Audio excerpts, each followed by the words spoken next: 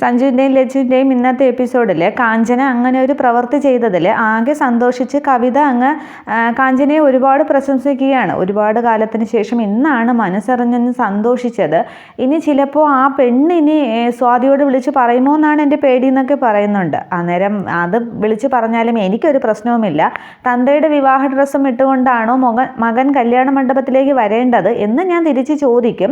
ശ്രീകുട്ടിയുടെ വായടപ്പിക്കാൻ അതൊക്കെ മതി എന്ന് പറയുകയാണ്. ആകെ സന്തോഷത്തിലാണ് കവിത. തുടർന്ന് കാഞ്ചന എങ്ങനെ നിൽക്കുമ്പോൾ കവിത മനസ്സിൽ കരുതുന്നുണ്ട്, ഇനി വല്യേച്ചിയെ മുന്നിൽ നിർത്തി വേണം എൻ്റെ ഓരോ കരുക്കളും നീക്കാനായിട്ടെന്ന്. അന്നേരവും കാഞ്ചനയെ ഒരു ആയുധമാക്കാനാണ് കവിത ശ്രമിക്കുന്നത്. പിന്നീട് കാഞ്ചന പറയുന്നുണ്ട്, തുടർന്ന് അതിനെക്കുറിച്ചുണ്ടാകുന്ന പ്രത്യാഘാതങ്ങൾ ഓർത്ത് എന്തായാലും ശ്രീദേവി മോനോടൊന്നും പറയാൻ പോകില്ല എന്ന്. ഇതേ സമയവും പിന്നെ ആ ഷർട്ടും പിടിച്ചിരുന്നങ്ങ് കരയുകയാണ് ശ്രീദേവി. കൂടെ അമ്മുവുമുണ്ട്. ശ്രീദേവിയെ ആശ്വസിപ്പിക്കാനായിട്ട് അമ്മുവിന് സാധിക്കുന്നില്ല. എൻ്റെ മോന് ഇതറിഞ്ഞാലായിട്ട് ഒരിക്കലും സഹിക്കില്ല. എങ്കിൽ കാഞ്ചനയും മോളും ഈ പടിക്ക് പുറത്താണ്. അത്രയ്ക്ക് സ്നേഹത്തോടും അച്ഛനോടുള്ള സ്നേഹമാണ് അവൻ ഈ ഷർട്ടിൽ കാണുന്നത്. ഈ ഷർട്ടിന് ജീവനുള്ളത് പോലെയാണ് എനിക്ക് തോന്നുന്നത്. കൈ മുറിച്ച് കളഞ്ഞപ്പോൾ രക്തം ഒഴുകുന്നത് പോലെ തോന്നുന്നു എന്നും പറഞ്ഞ് ശ്രീദേവി അങ്ങ് പൊട്ടി കരയുന്നുണ്ട്. തുടർന്ന് ശ്രീദേവിക്ക് പെട്ടെന്ന് ശ്വാസം മുട്ട് വരികയാണ്. അന്നേരവും എനിക്കിനി മരിച്ചാൽ മതി, മുകുന്ദേട്ട എന്നോട് ക്ഷമിക്കുക എന്നൊക്കെ ഷർട്ട് നോക്കി ശ്രീദേവി പറയുന്നുണ്ട്. തുടർന്ന് ഇൻഹേലർ കൊടുക്കുകയാണ് അമ്മു ശ്രീദേവിക്ക്. എന്നിട്ട് നിർബന്ധിച്ച് കിടത്തുകയാണ്. എന്നിട്ട് അമ്മു ആ ഷർട്ടുമായിട്ട് റൂമിലേക്ക് പോകുന്നുണ്ട്. തുടർന്ന് അമ്മ ആ ഷർട്ട് നിവർത്തി ബെഡിലേക്ക് വച്ച് നോക്കുകയാണ്. ഈ സമയത്താണ് സഞ്ജു അമ്മുവിനെ ഫോൺ ചെയ്യുന്നത്. അന്നേരം ഫോണിൽ സഞ്ജുവിൻ്റെ കോള് കാണുമ്പോൾ അദ്ദേഹം എന്നും പറഞ്ഞ് സന്തോഷത്തോടു കൂടി അമ്മ കോൾ അറ്റൻഡ് ചെയ്യുകയാണ്. അന്നേരം എന്താണെന്ന് സഞ്ജു ആണെന്ന് പറയുമ്പോൾ മനസ്സിലായി എന്താണെന്ന് ചോദിക്കുന്നുണ്ട്. അന്നേരം അമ്മയെ വിളിച്ചിട്ട് കിട്ടുന്നില്ല, ഒരുപാട് തവണ വിളിച്ചു, അമ്മയ്ക്ക് സുഖമില്ലേ എന്നൊക്കെ ചോദിക്കുകയാണ്. അന്നേരം അമ്മ ഉറങ്ങിപ്പോയി, ഞാൻ ഇപ്പോൾ റൂമിൽ നിന്ന് വന്നതേ ഉള്ളൂ, കോൾ വന്നത് അറിഞ്ഞ് കാണില്ല, അമ്മയ്ക്ക് കുഴപ്പമൊന്നുമില്ല എന്ന് പറയുന്നുണ്ട്. അന്നേരമാണ് സഞ്ജുവിൻ്റെ അടുത്തേക്ക് സ്വാതി വരുന്നുണ്ട്. അന്നേരം അമ്മുവിനോട് സംസാരിക്കുന്നതെന്ന് പറയുമ്പോൾ സ്വാതി ഫോൺ വാങ്ങി അവിടുത്തെ വിശേഷങ്ങൾ ചോദിക്കുന്നുണ്ട്. ഇതേസമയം സച്ചി വിളിച്ചിട്ട് എന്താ എടുക്കാത്തതെന്ന് ചോദിക്കുമ്പോൾ അമ്മ അങ്ങ് മിണ്ടാതെ ഇരിക്കുകയാണ്. തുടർന്ന് വിഷയം മാറ്റാനായിട്ട് നിങ്ങൾ എപ്പോഴാണ് വരുന്നതെന്ന് ചോദിക്കുമ്പോൾ നമ്മൾ ഏർലി മോർണിംഗിന് എത്തും എന്ന് സ്വാതി പറയുകയാണ്. തുടർന്ന് രണ്ടുപേരും ഫോൺ വയ്ക്കുന്നുണ്ട്.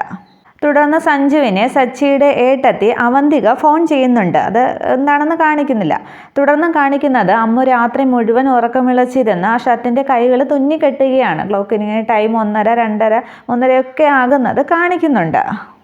തുടർന്ന് പിറ്റേന്ന് രാവിലെ ശ്രീദേവിയ തലേ ദിവസം നടന്ന സംഭവങ്ങൾ മനസ്സിൽ കണ്ട് സ്വപ്നത്തിലെന്ന പോലെ കണ്ടിങ്ങനെ മുകുന്ദേട്ടൻ്റെ ഷർട്ട് എന്നും പറഞ്ഞ് ഞെട്ടി ഉണരുകയാണ്. തുടർന്ന് അവിടെയൊക്കെ അന്വേഷിക്കുമ്പോൾ ഡ്രസ്സിംഗ് ടേബിളിൻ്റെ പുറത്ത് ഷർട്ട് ഇങ്ങനെ മടക്കി വെച്ചിരിക്കും. തുടർന്ന് എൻ്റെ മുകുന്ദേട്ടൻ്റെ ഷർട്ട് എന്നും പറഞ്ഞ് അതെടുക്കുന്നുണ്ട്. തുടർന്ന് നിവർത്തി നോക്കുമ്പോൾ ഒരു കുഴപ്പവുമില്ലല്ലോ, ഇത് കൈ വെട്ടിയതാണെന്ന് ആരും പറയില്ല, ഞാനിനി സ്വപ്നം കണ്ടതാണോ എന്നൊക്കെ ആലോചിച്ച് നിൽക്കുമ്പോഴാണ് അമ്മു ചായയുമായിട്ട് വരുന്നത്. തുടർന്ന് അമ്മുവിനെ കാണിക്കുന്നുണ്ട് ഷർട്ടിനൊരു കുഴപ്പവുമില്ല എന്ന്. തുടർന്ന് അമ്മു ചിരിച്ച നിൽപ്പ് കാണുമ്പോൾ നീയാണോ ഇത് ആർക്കും തിരിച്ചറിയാൻ കഴിയാത്ത വിധം തുന്നിച്ചേർത്തതെന്ന് ചോദിക്കുന്നുണ്ട്. അന്നേരം അമ്മയ്ക്ക് ഇത് തുന്നിച്ചേർത്തതാണെന്ന് തോന്നുന്നില്ലല്ലോ, അപ്പോൾ പിന്നെ അമ്മ ഷർട്ടിന് ഒരു കുഴപ്പവും സംഭവിച്ചിട്ടില്ല എന്ന് വിശ്വസിച്ചാൽ മതി എന്ന് പറയുകയാണ്. അന്നേരം സ്നേഹത്തോടു കൂടി അമ്മുവിനെ എങ്ങ് മോളെന്നും പറഞ്ഞ് കെട്ടിപ്പിടിച്ച് കരയുകയാണ് ശ്രീദേവി.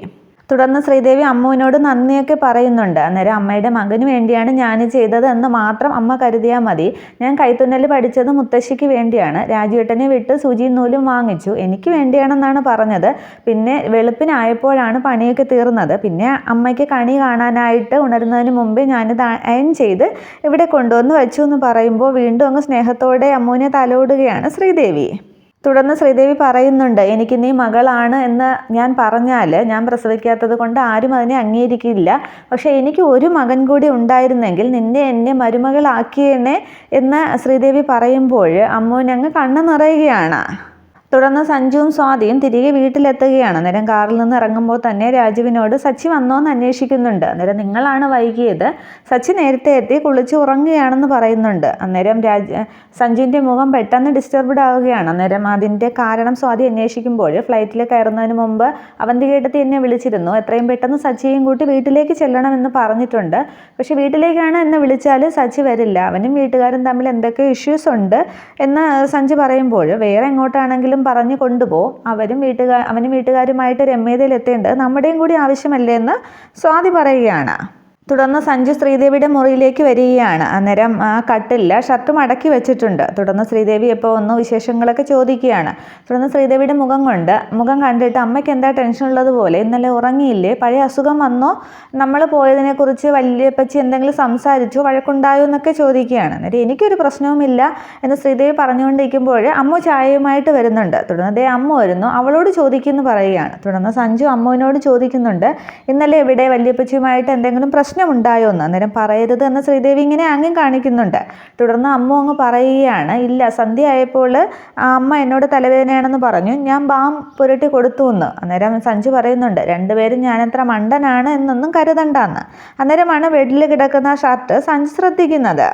തുടർന്ന് വളരെയധികം സന്തോഷത്തോടെ സ്നേഹത്തോടും കൂടി ആ ഷർട്ടം എടുക്കുകയാണ്. എന്നിട്ട് ഇത് അച്ഛൻ്റെ ഷർട്ടല്ലേ, വിവാഹ ഷർട്ടല്ലേ, ഇത് കാണുമ്പോഴും അച്ഛൻ കൂടെ ഉള്ളതുപോലെയാണ് എനിക്ക് തോന്നുന്നത്, അല്ല ഇതെന്തിനാ പുറത്തെടുത്ത് വെച്ചിരിക്കുന്നതെന്ന് ചോദിക്കുന്നുണ്ട്. അന്നേരം ശ്രീദേവി പെട്ടെന്ന് പറയുകയാണ്, ഞാൻ അമ്മുവിനെ കാണിക്കാൻ വേണ്ടി എടുത്തതാണ്, പിന്നെ എടുത്ത സ്ഥിതിക്ക് കഴുകി തേച്ച് വെക്കാമെന്ന് വിചാരിച്ചു എന്ന്. അന്നേരം ഇത് തന്നെ ഞാൻ വിവാഹത്തിനും ധരിക്കുമെന്ന് സഞ്ജു പറയുമ്പോൾ, അത് വേണ്ട മോനെ, എൻഗേജ്മെൻറ്റിന് നീ ഇതല്ലേ ധരിച്ചത്, അപ്പോൾ വിവാഹത്തിന് പുതിയത് മതിയെന്ന്. അന്നേരം ഒന്ന് ആലോചിക്കാം എന്ന് പറഞ്ഞിട്ട് അത് അമ്മുവിൻ്റെ കയ്യിലേക്ക് സഞ്ജു കൊടുക്കുകയാണ്, കഴുകി ഉണക്കി വെക്കാനായിട്ട്. തുടർന്ന് പറയുന്നുണ്ട്, സച്ചിയും കൂടി ഒരു സ്ഥലം വരെ പോകണം എന്ന് പറഞ്ഞ് സഞ്ജു അങ്ങ് റൂമിൽ നിന്ന് പോവുകയാണ്. അന്നേരം അമ്മുവിനോട് ശ്രീദേവി പറയുന്നുണ്ട്, ഓ ഭാഗ്യം, അവൻ എന്തായാലും കൈ തുന്നി ചേർത്തതാണെന്ന് കണ്ടുപിടിച്ചില്ല എന്ന്.